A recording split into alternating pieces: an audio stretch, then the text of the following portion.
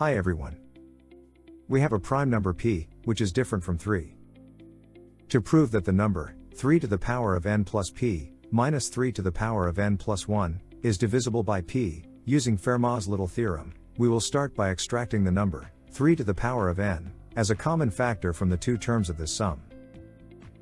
So 3 to the power of n plus p, minus 3 to the power of n plus 1, equals 3 to the power of n, times 3 to the power of p, minus 3.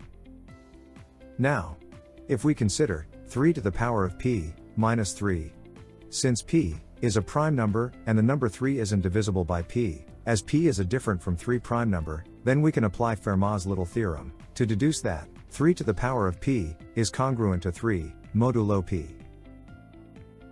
Which mean that 3 to the power of p minus 3 is congruent to 0 modulo p. Now by multiplying this congruence to 0 modulo p by 3 to the power of n, we find that 3 to the power of n times 3 to the power of p minus 3 is congruent to 0 modulo p.